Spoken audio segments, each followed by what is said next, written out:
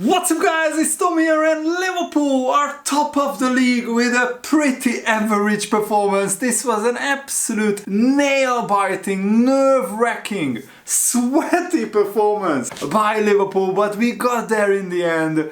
The result is the most important thing, and we can work on the performance, but overall we can't really complain. Liverpool have won every single game they played apart from the Nottingham Forest game at home, and Liverpool played brilliantly against Milan, won 3-1. We played pretty well against Bournemouth, won 3-0. We played again brilliantly against West Ham, won 5-1, but it's worrying that Liverpool are giving the opposition a little bit too many chances. This time, however, Liverpool actually didn't give Wolves too many chances. We actually scored almost an own goal by that horrendous Konate error. What Liverpool's problem was today is we had so many balls that we gave away, so many bad passes, so many individual errors, and we lost more duels than what we won. We had a less than 50% duel success rate, and Wolves actually won more duels than Liverpool. Of course, that's evident, but yeah, Liverpool had only 47% of their aerial duels won, and we won only 49% of our overall duels. The ground duels, it was 50-50, but yeah, the first half it wasn't great. First 30 minutes Liverpool did nothing. We lost so many duels.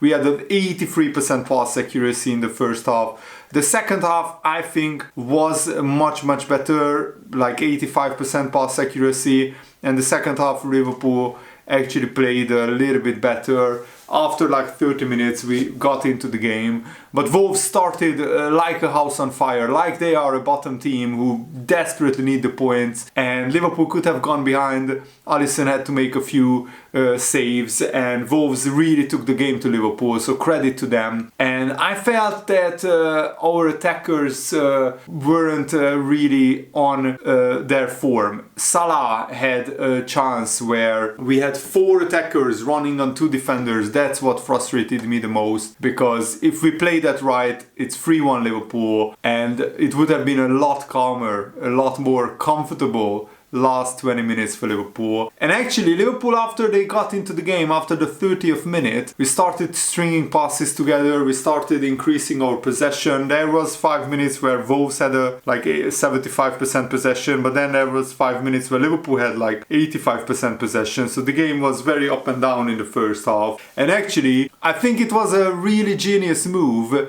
that after a corner at the end of the first half, both Van Dijk and Konate stayed forward. They didn't run back to defend. Liverpool, of course, had the ball, so we were circling the ball around in possession in the midfield, and both Van Dijk and Konate was staying forward, and I was begging, I was screaming at the TV that somebody just put a cross into the box. And it was Diogo Jota who finally isolated his defender, his fullback, one-on-one, and the former Wolves player puts a delicious cross into the box, and Konate with a bullet header down, and so Johnston, the goalkeeper, parries it into his own net. Wasn't necessarily a goalkeeping mistake, but yeah, Liverpool went 1-0 up at halftime, and that didn't feel that much deserved. But to be honest, after the first 25 minutes, Wolves had no chances in the first half. Second half, again Liverpool dominated possession. We had more of the chances, but it was actually a huge Konate schoolboy error that gifted Wolves the equalizer. Konate was shielding the ball from the defender, waiting for Alisson to come, but Alisson didn't come. Was there a lack of communication, maybe a lack of harmony between Konate and Alisson? They had a long chat after that goal conceded, because it was a huge error. Konate should have just kicked it out for a throw-in, or he should have shouted at Alisson, come for the ball or I will kick it out. Alisson also should shout at Konate to clear it. Instead there was a miscommunication, and Konate loses the ball, and then Forbes or somebody else mishits the ball actually, and it falls to who actually scored the Wolves goal. Wait a second, I didn't even... Ait Nouri, the left wing back, Riyad Ait Nouri, who Liverpool are monitoring and trying to maybe buy to replace Robertson long term. He scores, but then just 45 seconds after kickoff, Liverpool get a penalty. I think, at least. It felt like very, very quick that Liverpool got a penalty. On the other hand, it was a cross from the right hand side and Jota is manhandled from behind by his defender. Very bad defending by Wolves, who otherwise had a pretty good game, but Wolves also gave the ball away a lot. They also had around 85% pass accuracy, which is pretty bad for a Premier League game, I think, especially from Liverpool. Having 85% pass accuracy, we usually have a lot higher pass accuracy, but Salah thankfully slots the penalty home very, very comfortably, very well. And I want to compare this pass accuracy to Liverpool's previous games. We had around a similar type of possession against West Ham, 91% pass accuracy against West Ham. Then against Bournemouth, I'm wondering, because Bournemouth created a lot of chances, 89% pass accuracy against Bournemouth. So again, much better than this game. Against AC Milan, 87% pass accuracy, still better than in this game. Against Nottingham Forest, 84% pass accuracy. That's why we lost to Nottingham Forest, because again, Liverpool just didn't pass the ball well enough. Lastly, I want to check the Man United game, because that was a very pulsating game. 84% pass accuracy against Man United, but we were so clinical in front of goal. It didn't really matter. The bottom line is, usually Liverpool have a much better passing. 91% against Brentford, again, much better pass accuracy. I don't want to keep on and on, so I will move on from this. But the bottom line is, Liverpool gave the ball away too much. We lost too many duels. And also in the last 7 minutes or 8 minutes, Liverpool couldn't keep the ball. They kept giving the ball to Wolves after 3 or 4 passes, which was so frustrating. Dominic Szoboszlai had a huge chance before we scored the first goal. It was a brilliant whipped cross from Robertson, and that was Liverpool's first clear chance. And from 3 yards out, Szoboszlai has to score there. But he shoots, and instead of the ball going between the goalkeeper's legs, it hits the goalkeeper's leg and comes out. On another day, that deflects in, and Liverpool go 1-0 up much earlier. And Szoboszlai is still waiting for his first Premier League goal, which is really annoying because he had a huge chance today to break his Premier League dock. So I want more goals from Dominic Szoboszlai. And Salah's decision making also wasn't that great, even though he scored a really big penalty. That was a really big goal because Man City dropped points earlier today and Arsenal needed a 94th minute winner against Ipswich to win, and then they scored another one to win 4-2 in the end. But yeah, Salah only had 70% pass accuracy. That's shockingly bad from a player who is world class like Mo Salah. Just 19 passes made from 27 passes, and he had overall 3 shots. One of them was a penalty. Szoboszlai also had 84% pass accuracy, which is on par with the team. Luis Diaz again, great passing stats, 88% pass accuracy.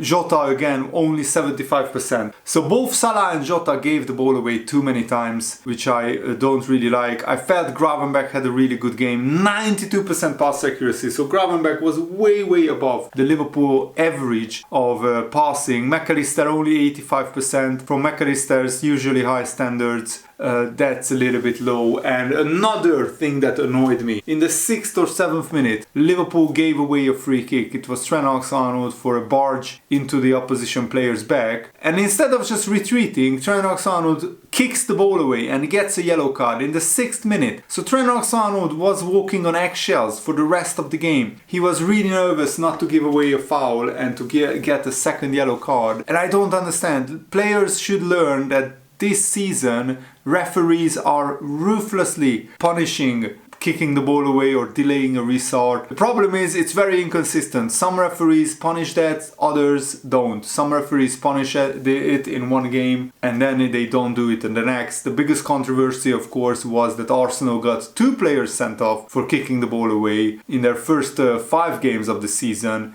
And those 2 red cards cost Arsenal already 4 points. So Liverpool should learn from this and not make this mistake too many times. I felt Van Dijk and otherwise Konate, apart from his big mistake, he was pretty decent, pretty good. Let's actually check how Konate and Van Dijk distributed the ball. Konate 88% pass accuracy, Van Dijk 92%, but that was also a lot of times they passed the ball around, and Alisson made some really good saves. I'm really happy that he's back, but Overall, I felt Liverpool defended pretty well, only restricted Wolves to 0.5 xg, 3 shots on target.